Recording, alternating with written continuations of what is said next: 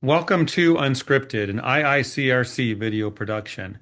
What you are about to experience is an IICRC annual update for industry happenings, what's coming next, and how standards, training, and more are reshaping inspection, cleaning, and restoration worldwide. We'll hit the big wins, the hard numbers, and the roadmap for 2026 and beyond.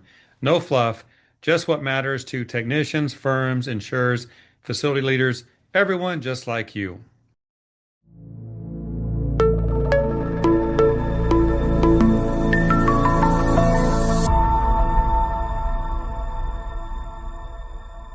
So it's my pleasure to welcome two industry professionals. Carey Vermeulen is the immediate past chairman of the IICRC.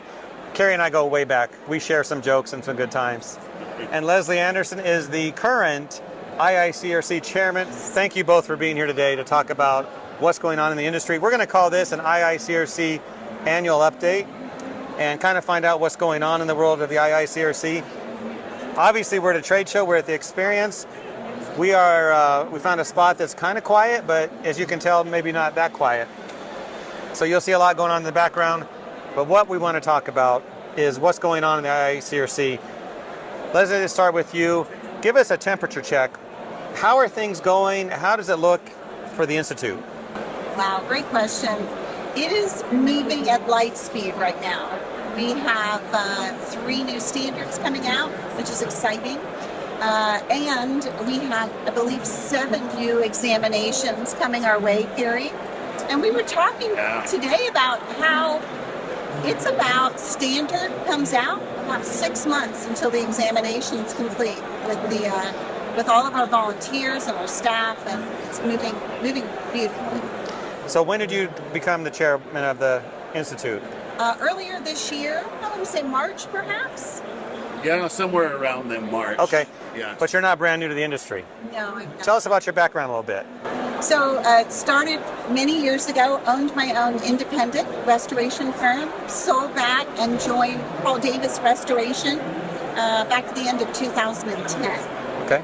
And I work with them on education, all things training. Would you qualify her as an expert?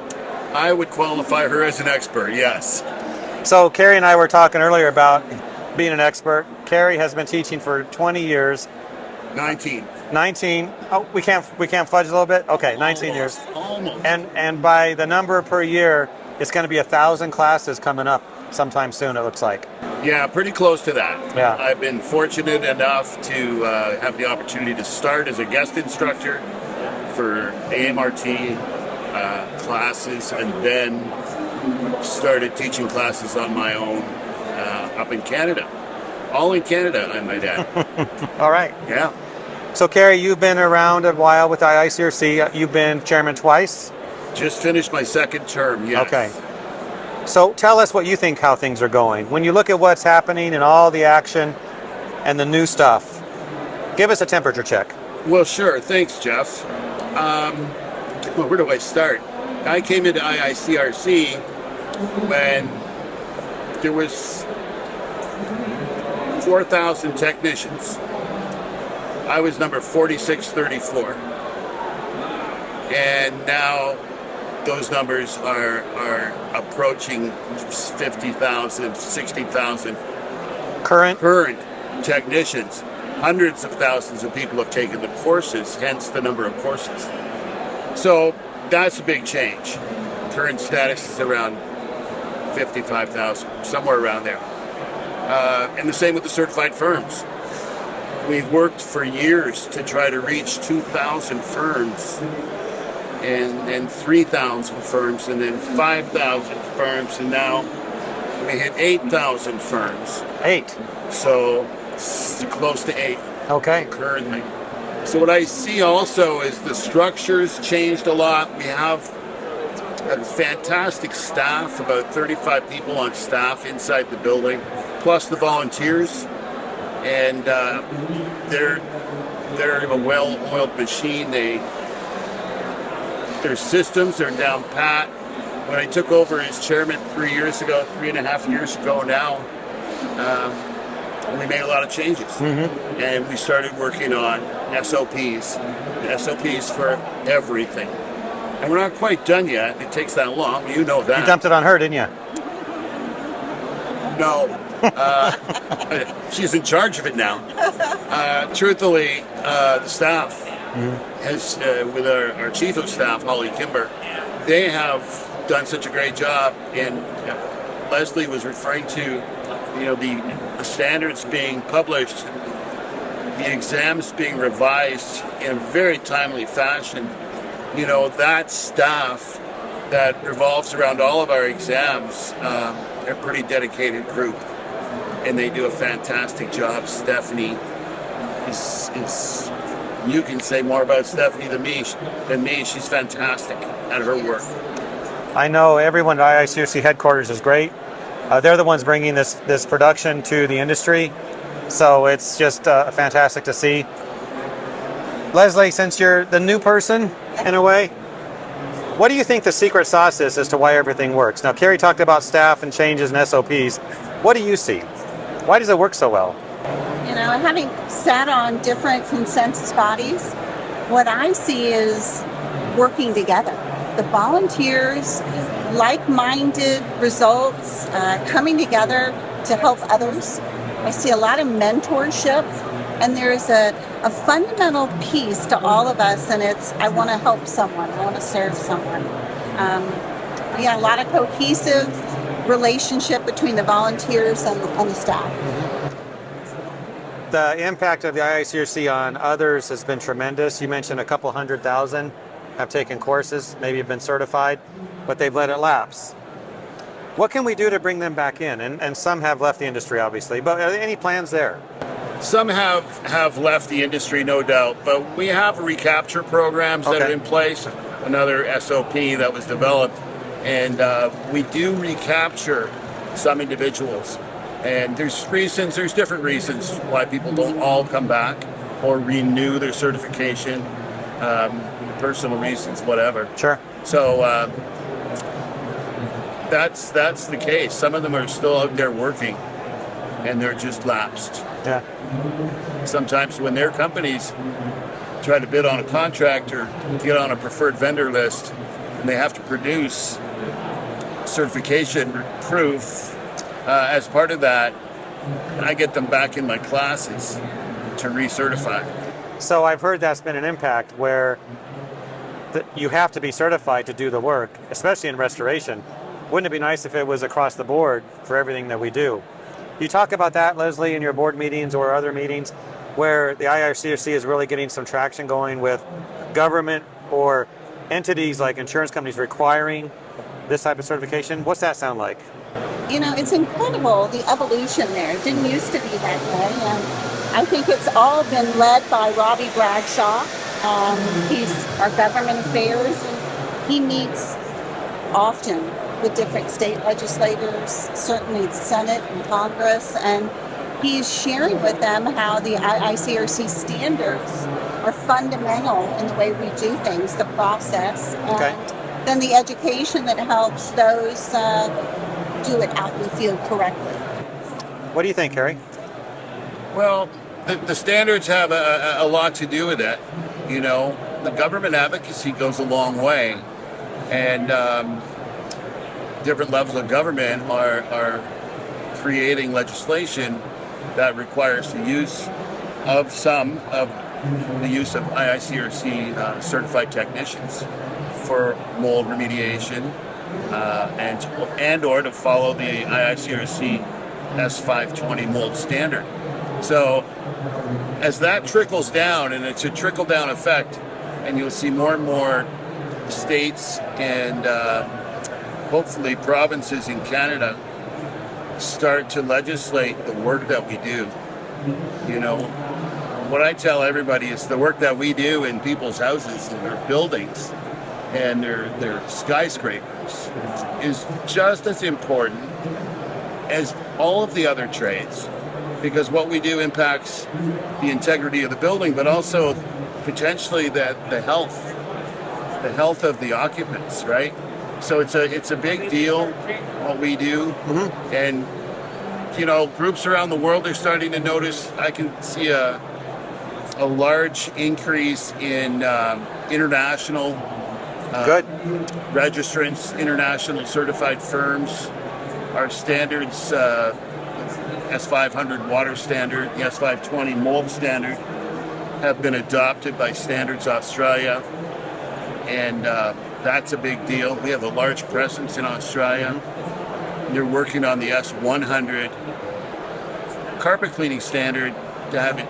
It is already translated into Japanese, but the Japanese support has been huge, and the UK as well. And we've attended some shows like this in the UK, in Europe, and we're going to continue to do that. You know, IICRC goes to about 35 shows like this a year. Specific people. Leslie's one of them. I have been one for years. Our chief of staff, others. We've dedicated 2 employees to be representatives at trade shows. Thinking about growth, and of course the international presence is great to see. The pandemic, it was good for business, wasn't it? Because of the virtual aspect of training. I would say it yes and no. Okay. And they were able to get certifications virtually. So companies out there could have water certifications or trauma or fire. They didn't have to send someone. And very quickly they learned how to serve those people in their communities. I would say that the flip side to it, though, is most individuals learn better in person. I'm one of them. Me too. Me too. So you teach classes. You see that with your students, don't you? I see it all the time, Jeff. Because I teach Zoom classes, live stream, and I teach in person. And I teach hybrid classes where I've got both in the classroom and on Zoom. And it's a job. Sure. It's a job. But further to what Leslie was talking about, it also allowed people that live in outlying areas to attend our classes. If you get up into northern Canada or Alaska too, northern Quebec, Labrador, North Dakota. I've had people in my classes on Zoom from Singapore, from Hawaii. Isn't that nice? Isn't that nice? And those folks were able to get certified during that time that no one enjoyed. But we were forced to do something. The IICRC made that decision quickly. Quickly. It was quick. And we jumped on the bandwagon, and there we were. Maybe you didn't. Maybe you led the way, because it was fast. It was fast. Yeah.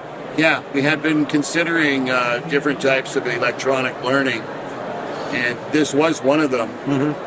And then when that illness hit, I don't like using the word, but when COVID hit, we made a decision in one day. You know, one day board meeting and made that decision, and then everyone had a couple of weeks to implement it. So when you provide a venue of training and certification like the IICRC has done, and you have students come, and Carey, people reach out to you from years ago who have taken your classes. They remember you impacted them. How do you see the culture of the IICRC as a whole today? What's the response of these students that maybe never come to a class, but they take the virtual? Are you getting good feedback from them?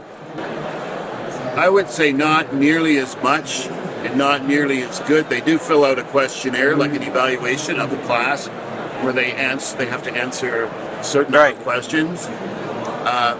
But it's the face-to-face, looking eye to eye, where I think you really learn how satisfied a student is, and if they're leaving that class with what they expected. And that always worries me when we're on live stream, because you don't have that real close eye-to-eye contact. And I worry about progress. Did you hear that? He worries about his students. You're probably not alone in that feeling. I'm not. A lot of instructors, most instructors, are worried about those people in the classroom.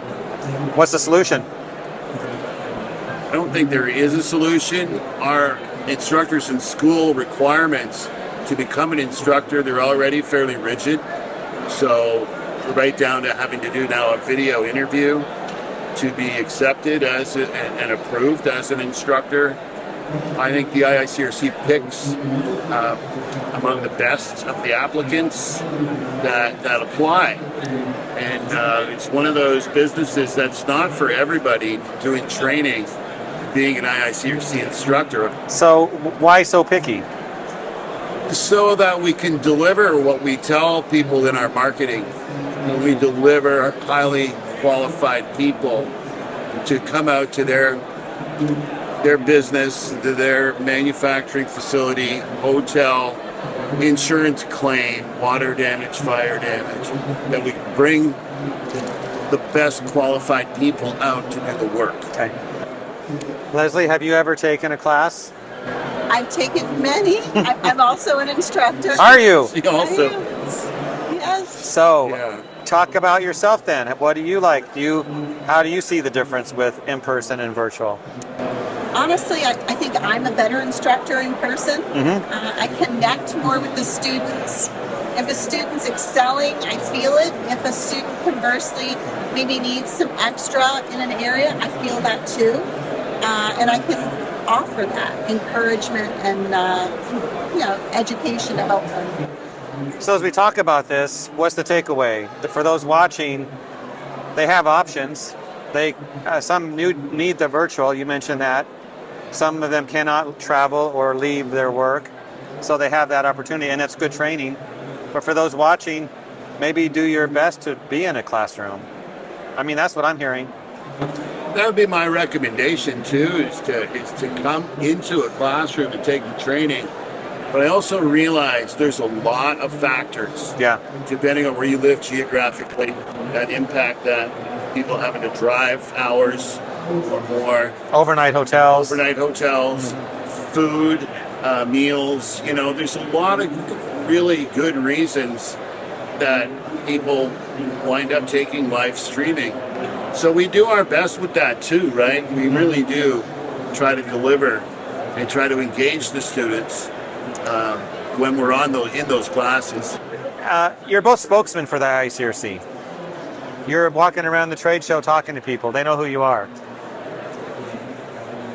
When you tell people why they need to be involved in any capacity, what do you tell them? What's the driving force for me to be involved, for the people behind us over here to be involved as volunteers? What would you say, Leslie?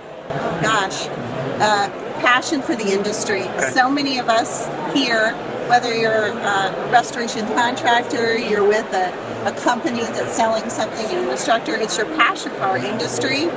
And if you want to make an impact, want to set those standards, gosh, it inspires me, the volunteers we have, the dedication they have, and just the capacity to make us better. And, if you offer something that is of value, help someone, mentor them, teach them, guide them, inspire them, because I think this industry is amazing and it's a wonderful career. Now, you could have just said, teach them how to remove the stain, how many dehumidifiers to use, but you didn't. You talked about deeper stuff. Yeah, I like that. Carey, what would you say? Well, volunteers run the IICRC despite the 35 people on staff. The board of directors implements or decides on policy and gives direction. The staff implements it, and then the volunteers come in and make sure that the standards are written correctly, that the exam questions are structured properly. Those are the volunteers. And every single position is very important, but there's a great deal of benefit to being a volunteer, and it's also very rewarding if you're that kind of person that wants to give their time. Many people coach little league and kids sports and stuff, and that's cool. I did that too. I did both actually, but at the end of the day, it's pretty rewarding to see the final product, right, Leslie? The finished standard or the finished exam, and go, wow, we wrote that. I want to know how you remember all the acronyms and the names of all these things, because they're natural. I don't know if you know all of them. Not Maybe as you. well as Carey. Carey's the guy. He's the guy. Yeah. I have to Google stuff. That's just a long time. Plus, I probably helped make up some of them. I'm sure you did. How's that? Well, we're about out of time, but is there anything you would like to add that we didn't cover that you think the industry should know about from the past year or what's coming? Leslie, anything? Just some really great standards. The S900 about illicit drugs, that'll be very interesting. Okay. Coming out for us. So I think that'll be a fascinating standard. When will that be? Do you know? Yes, actually within the next 2 months. Okay. This year. This year, 2025. This year. This year. So I've heard a lot about that topic Yeah. because cleaners need to know what to do. We do. Carey, anything to wrap up with? There's probably a lot I could say.